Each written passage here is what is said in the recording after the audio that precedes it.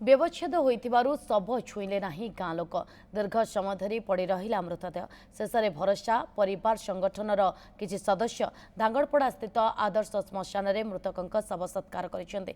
केन्दुझर सदर थाना पर्जनपुर गाँव में घटी यह अभावनीय घटना। गाँवर विदेशी पात्र शोइथिबा बेले एक विषधर साप तांको कामुड़ी देथिला।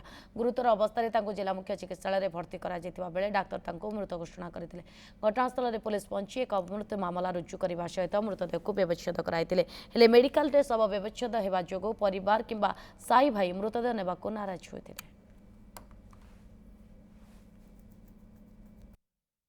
सरकार सचेतन करबा पई चाहुचंती। सचेतन करबा दायित्व देइथिबा लोक गुडिक तांको पाखर प्रकृति रे तांको पाखर पहुंची पारुची कि नहीं यहा को अनुध्यान से माने करूना। एनजीओ गुडिक में मध्य कोठी सचेतन केतेटा करैचंती कोठी करौचंती कि परि भाबरे होउची सरकार ता तदारख नैचंती कि